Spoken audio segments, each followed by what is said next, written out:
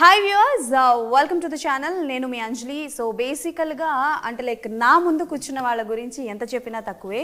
So వాళ్ళ అంటే like working లైఫ్లో ఉన్నటువంటి ఎక్స్పీరియన్స్ ఏదైతే ఉంటుందో నాకు తెలిసి నా ఏజ్ అంతా కూడా ఉండదు అనమాట. సో అలాంటి వాళ్ళు నా ఎదురుగుండా కూర్చున్నారు అండ్ వాళ్ళతో మాట్లాడే అవకాశం వచ్చింది కాబట్టి I'm very blessed. So right now మనతో పాటు ఉన్నారనమాట. అండ్ మిస్టర్ సెలబ్రిటీ అంటూ మన ముందుకు రాబోతున్నారు కాబట్టి వాళ్ళతో మాట్లాడి చాలా విషయాలు తెలుసుకుందాం. సో హాయ్ సార్, నమస్తే. ఫస్ట్ థింగ్, అందరూ ఎలా ఉన్నారు? మీరు ఎలా ఉన్నారు? సూపర్.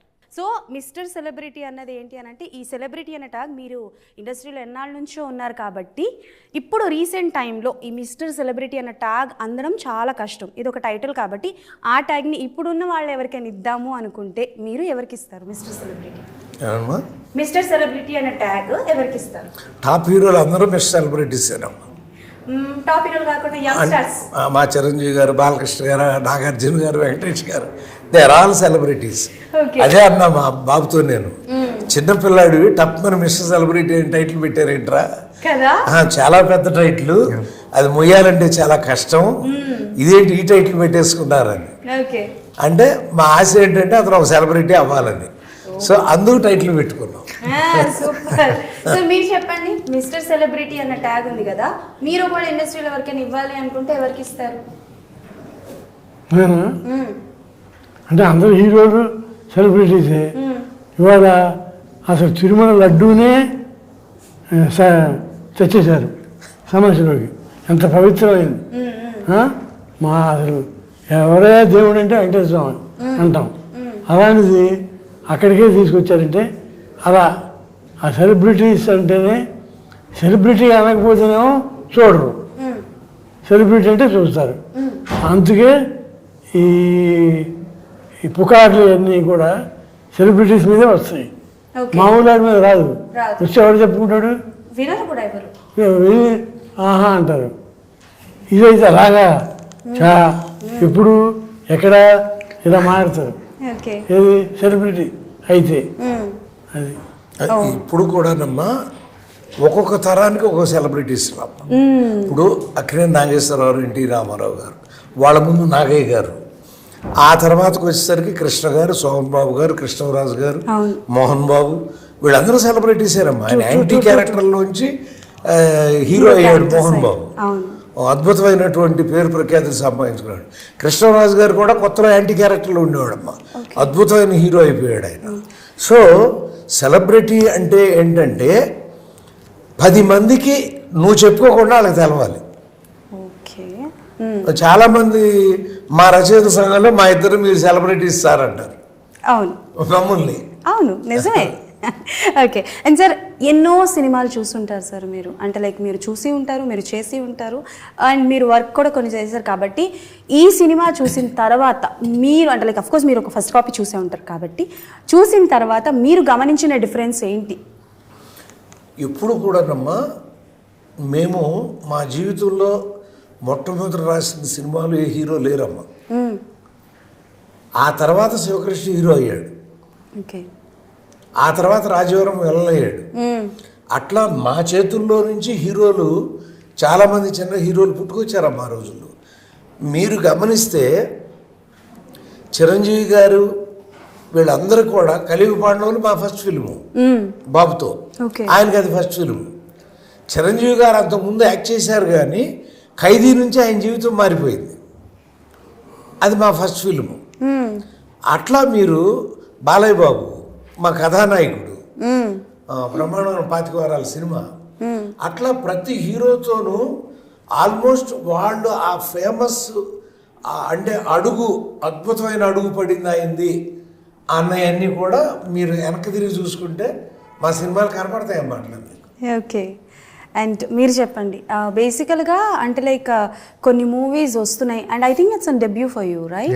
సో డెబ్యూ మూవీ వచ్చేటప్పుడు ఒక మిస్టర్ సెలబ్రిటీ అనే ట్యాగ్ పెట్టడం కానీ కథ కూడా చాలా యూనిక్గా ఉంది. I think it's completely related to social అంటే లైక్ సోషల్ మీడియాని ఎంతవరకు వాడాలి, ఎలా వాడాలి, దాని మీద ఎఫెక్ట్ అయ్యే వాడి మీద. మామూలు ఒక నోటి మాట నుంచి వచ్చే పుకారు కూడా ఈ సినిమాలో ఇన్వాల్వ్. ఓకే. అన్ని రకాల రూమర్స్ ఈ సినిమాలో involve. Why you choose this one as your first debut అని, ఈ జానరాని, ఈ స్టోరీని ఎందుకు సెలెక్ట్ చేసుకున్నారు? అంటే అదే అండి, మనం తాతగారు ఇద్దరు ఎప్పుడైనా కథను ఒక మాటలో చెప్పమంటారు. అలా ఒక మాటలో ఈ కథ చెప్పాలంటే నీకు తెలిసింది మాట్లాడటం స్వేచ్ఛ, తెలియంది మాట్లాడితే నేరం అనేదే పాయింట్. ఇది తాతగారాలకు నేను చెప్పినప్పుడు ఇది మంచి పాయింట్. ఓకే, గొప్ప సినిమా అవుతుంది సరిగ్గా చేసుకుంటే. ఒళ్ళు దగ్గర పెట్టుకొని చేయండి, బాగా చేయండి అని చెప్పారు. సో అలాగే ముందుకు వచ్చి చేసామండి. ఓకే. అంటే ఎవరో చెప్పిన మాటని మనం ఫార్వర్డ్ చేయకూడదమ్మా. ఓకే, నీకు తెలిస్తేనే. అదే బాబు చెప్పిన మాట డైలాగు, అద్భుతమైన డైలాగ్ అది. అదేంటి, నీకు తెలిస్తేనే అది కరెక్ట్ అయితే చెప్పు. ఇప్పుడు రాముడు సీత మీద ఇష్టం వచ్చినట్టు నిందలేసేస్తే ఎలా? సీతాదేవి మహాపతివ్రత, నీ ఇష్టం వచ్చినట్టు నువ్వు నోరిప్పేసుకుని మాట్లాడితే అది తప్పు కదా. అందుకే కదా మరి ఆయన తప్పు మాట్లాడాడని పెద్ద గొడవ అయింది. రాముడు సీతనే పంపించేశాడు, ఎవరో మాట్లాడారనే కదా. సో అందుకని అది గొప్ప సేయింగ్. అంటే ఇవాళ పర్టికులర్గా యూట్యూబ్ అనేటువంటి ఒక ఛానల్ ద్వారా ఎంత ప్రసారాలు, ఎంత ప్రచారాలు జరుగుతున్నాయో మనందరం గమనిస్తున్నాం. ఈ గమనింపులో పొరపాటున ఒక రాంగ్ న్యూస్ కనుక కంటిన్యూ అయితే అది ఎంత దూరం తీసుకెళ్తుంది, ఒక వ్యక్తి జీవితాన్ని ఎంత ప్రభావితం చేస్తుంది. అతనే హీరో. ఆ ప్రభావితమైన హీరో దాన్ని ఎలా మళ్ళీ సరి చేసుకున్నాడు, then he will become hero. చేసి ఉండకపోతే హీరో అవ్వలేడు, అప్పుడే మిస్టర్ అవుతాడు సెలబ్రిటీ పక్కన. అందుకు మిస్టర్ అయ్యాడు. ఓ, మిస్టర్ సెలబ్రిటీ పేరు వెనక ఇంత పెద్ద స్టోరీ ఉందా, నాకు ఇప్పుడే తెలిసింది. Okay, super. సార్, మీరు అంటే లైక్ ఆయన యాక్టింగ్ చేస్తున్నారు, యాక్టింగ్లోకి రాబోతున్నారు అన్నప్పుడు మీరు ఏ సజెషన్స్ ఇచ్చారు, సలహాలు ఏమేమి ఇచ్చారు? లైక్ ఎలా ఉండాలో, కథ ఎలా ఎంచుకోవాలి, అలాంటివి ఏమైనా చెప్పారు? ఫస్ట్ మేము నేర్చుకున్నది రామారావు దగ్గర అదే. మా పేరు పెట్టాడు ఆయన మహాను. అదే కదా మా తల్లిదండ్రుల దగ్గర కూడా మేము డిసిప్లిన్ నేర్చుకున్నాం. ఎందుకంటే బాగా చదువుకోమని మా మాతరు చదువుకో చదువుకో చదువుకో అనేది.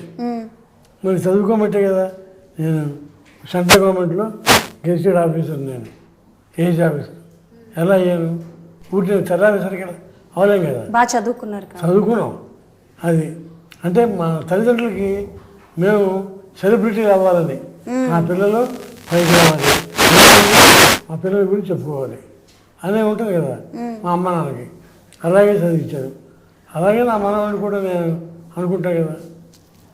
మరి చెప్పారా, ఏమేమి చెప్పారు, ఎలా చెప్పారు? అదే అంటే పొద్దున్నే లేవటం, తర్వాత నిజమే మాట్లాడటం. ఎప్పుడు నిజమే మాట్లాడాలి అని కనుక పెట్టుకుంటే మన జీవితంలో మనకు ఎదురుండదు. అబద్ధానికి అన్నయ్య ఉంటా అంట కదా, అదేగా అబద్ధాలకి అన్నయ్య. ఓకే, అది నువ్వు తల్లిదండ్రులు అంటే మా ఇద్దరికి గుర్తొచ్చేది ఒకటేనమ్మా. చెప్పండి సార్. ఆయన కళ్ళల్లో వెల్లుల్లిపాయ, అమ్మ నిద్ర రాకుండా చదువుకోవటం, ఎక్కడ నిద్రపోతాడు, ఎక్కడ చదువుకోడు అని.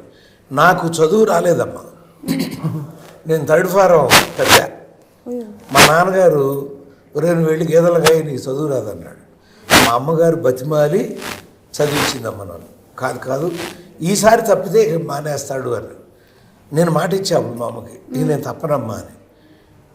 బిఎస్సి అయిపోయింది, ఎంఏ అయిపోయింది, ఎంఏ పిహెచ్డి అయిపోయింది, doctor of literature highest degree in India, DLitt అంటారమ్మ, అది కూడా చేశాను. 806 పేజీల పుస్తకం. అంటే ఒక తల్లి కోరిక చూడు. కొడుకులు వ్యవసాయదారు పిల్లలం మేము.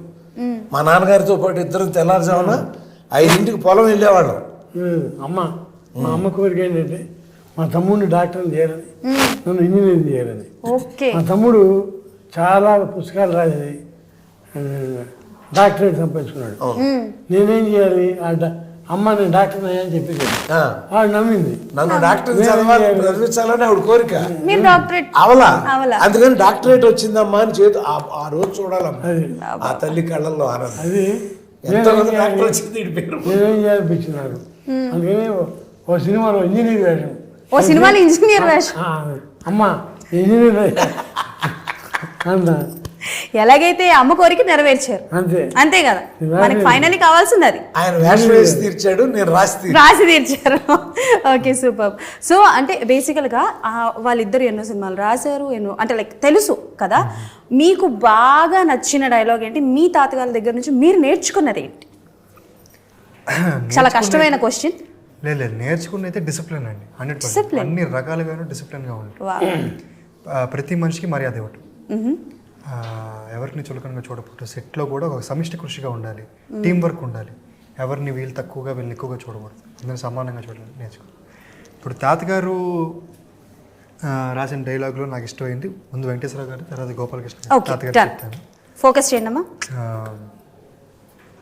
రోగిని ప్రేమించలేని డాక్టర్ కూడా రోగితో సమానం అనేది. అది రోగిని ప్రేమించలేని డాక్టర్ కూడా ఒక రోగితో సమానం.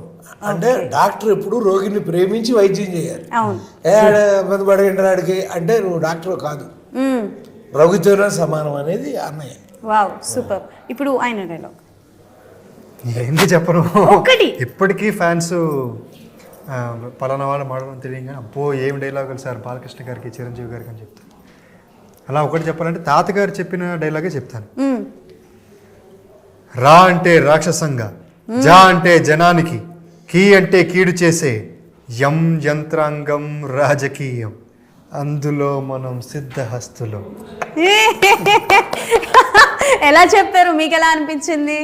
నేను చెప్పినట్టే చెప్పాడు. మీరు చెప్పినట్టే చెప్పారా? రా అంటే రాక్షసంగా, జా అంటే జనానికి, కీ అంటే కీడు చేసే, యం యంత్రాంగం రాజకీయం, అందులో మనం సిద్ధహస్తులు. ఆయనలాగా ఆయన తప్ప ఇంకెవరు చెప్పలేరు. ఓకే. అండ్ సార్ అంటే లైక్ ఇండస్ట్రీలో మీరు ఇందాక చెప్పినట్టు ఎంతో మంది హీరోలు చాలా కష్టపడి పైకి వచ్చి ఉంటారు. సో అంటే లైక్ మీ ఇండస్ట్రీకి వచ్చి సక్సెస్ అయిన తర్వాత, ఒక మెట్టు ఎక్కిన తర్వాత అందరూ సుఖాన్ని చూస్తారు, కానీ అంతకుముందు పడే బాధలు, పడే అవమానాలు, పడే స్ట్రగల్స్ చాలా ఉండుంటాయి. సో అలా మీ ఫ్యామిలీ నుంచి ఎవరైనా వస్తున్నారు ఇండస్ట్రీకి అన్నప్పుడు మీరు ఒక బ్యాక్ బోన్గా ఉండేవారా? ఆర్ఎల్స్ అంటే లైక్ లేదు మనం ఆల్రెడీ కష్టపడి వచ్చాం కదా, మనం ఒక బ్యాక్ బోన్గా ఉందాం అనుకున్నారా? ఆర్ఎల్స్ లేదు నువ్వు కూడా జీరో నుంచి స్టార్ట్ చేయి అని చెప్పారు. అంటే వాళ్ళ కోరికమ్మా, తను రచయిత అవ్వాలని నా కోరిక, కానీ తను నటుడు అవ్వాలని తన కోరిక. సో అప్పుడు వాళ్ళ మనసులో ఏ ఈప్స ఉందో, ఈప్స అంటే కోరిక అని అర్థం, ఏ ఈప్స ఉందో దాన్ని నెరవేర్చడం పెద్దవాళ్ళగా, తాతయ్యలుగా మా బాధ్యత. అందుకని అతన్ని ఆశీర్వదించడానికే వచ్చాము. ఇప్పుడు తను నిలబడాలి, తను నటుడు అవ్వాలనుకుంటున్నాడు. సినిమా చూసిన వాళ్ళకి తెలుస్తుందమ్మా, తన మొహంలో ఎన్ని ఎక్స్ప్రెషన్లు మార్చాడు, క్యారెక్టరైజేషన్ ఎలా డీల్ చేశాడు, ఎలా పోర్ట్రే చేశాడు, అది రేపు చూడగానే ఆడియన్స్కి తెలిసిపోతుంది అక్టోబర్ 4వ తారీఖున. డెఫినెట్లీ. నేను ఒక ఫైనల్ క్వశ్చన్ ఒకటి అడుగుతాను, మీ ఇద్దరిని అడుగుతున్నాను సార్. బేసికల్గా ఎంతోమంది హీరోలు, మీ ఫేవరెట్ హీరోలు కొంతమంది ఉండి ఉంటారు, బట్ మీ మనవడిని ఆన్ స్క్రీన్ మీద పలానా హీరోతో పాటు కలిసి నటించాలని చూడాలని ఉంది అంటే ఏ హీరో పేరు చెప్పారు? ఇద్దరు ఒక హీరో పేరు చెప్పండి. ఆయన ముందు చెప్తాను, చెప్పండి. నన్ను ఏ హీరో పక్కన కలిసి నటిస్తే మీకు చూడాలని ఉంది, ఒక హీరో పేరు చెప్పండి. నాకైతే చిరంజీవి గారి పక్కన. సూపర్. నాకైతే బాలయ్య బాబు పక్కన ఉండాలి. సూపర్. ఇటు పక్క చిరంజీవి గారు, అటు పక్క బాలయ్య బాబు గారు. మీకెవరితో? అయ్యో ఎవరితో, హీరోలు అందరూ గొప్పవాళ్ళండి మన హీరోలు. సరే ముగ్గురు పేర్లు చెప్పండి. అందరూ గొప్పోళ్లే, మీరు గొప్పోళ్ళే, మీ పక్కన కూర్చున్న వాళ్ళు కూడా గొప్పోళ్లే. సో ముగ్గురు పేర్లు చెప్పండి. ముగ్గురు పేర్లు చెప్పాలా? ఎవరితో పక్కన నటించాలని? చిరంజీవి గారు, బాలకృష్ణ గారు, వెంకటేష్ గారు.